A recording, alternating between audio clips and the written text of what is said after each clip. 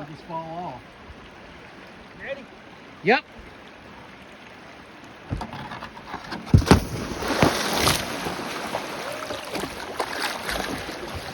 Woo!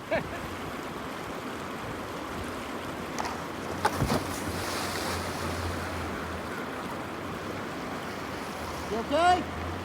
Folks, we've here with Mr. Mike, and so he took his he took a half a lap or so in the Firecracker, and he currently has the Annex 2.0, and so give us your thoughts, Mr. Mike. Well, I'm going to preface everything I say by stating up front that I'm a Class 3 beater. So, you know, usually captain of the swim team, that type of thing. So we'll call myself an ordinary paddler, certainly not the likes of a lot of folks that do reviews that are amazing paddlers and know way more about this stuff, have way more experience. Yeah, so I don't have nearly the experience that you know, people that really know what they're doing, Wade Harrison and company. So like I said, this is just a beater's thoughts on the two boats. Yeah. Very limited. So I would say that, you know, having the Jackson for whatever reason seems to sit me lower in the water. It seems to have better initial stability. Mm-hmm. This thing, to me, it felt like a bobber. It felt like it sat very high. I felt like a fishing bobber kind of moving through the water. I noticed that when I got it over on edge, it was super stable, but it didn't, to me, it didn't carve quite as nicely as the Annex 2 does.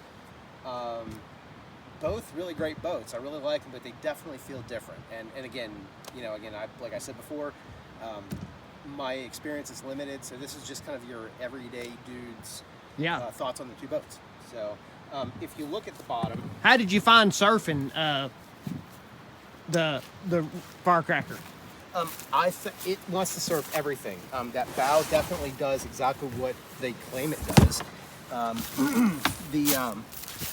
The wave deflector that they have up here, among other things, as well as this really, really high bow rocker, kept this thing on top of a wave.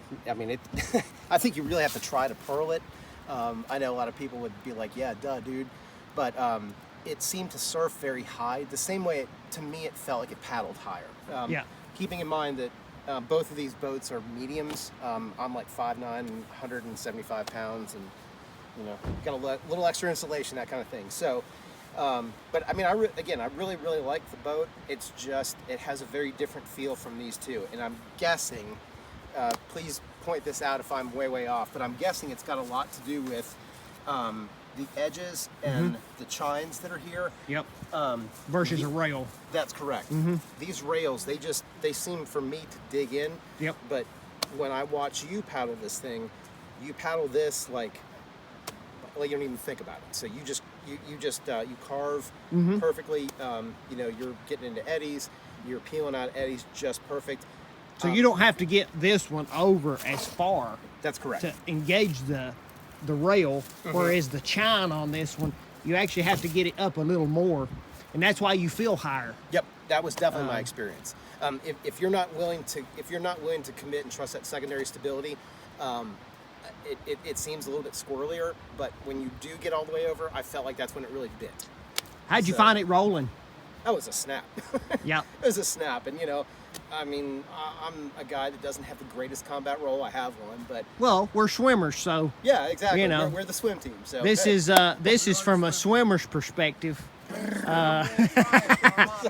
and yeah. So Mike, he's been in this Annex for quite some time. Had another one before this one. That's correct. Went to a Rewind for a little while, then back to an Annex, and yeah, it was nice to see him in it.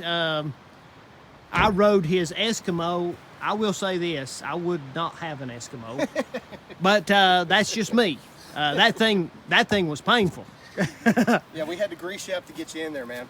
But yeah, I'm glad that he could come out today and take a lap in the Firecracker, and you know that definitely, if you can ride one, and you know, that's the best way, I think.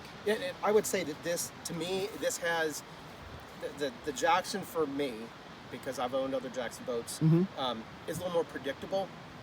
This thing's sporty. This is all sporty. I mean, you pretty much, you saddle up and have a blast. You light the firecracker and you got to throw it. Yeah, well, this is very true. This is true, man. Yeah, this is like the 10-year-old pony that, you know, I don't know, it's just very predictable. This one is the 3-year-old thoroughbred that just, you know, not as far as speed goes, but like I said, just very, very, very playful to me. So, all right, like I said, guys. Beater's perspective, man. Beater's perspective on it, and so we'll be getting this out pretty soon, and yeah, we'll be back with more stuff later on. Bye now.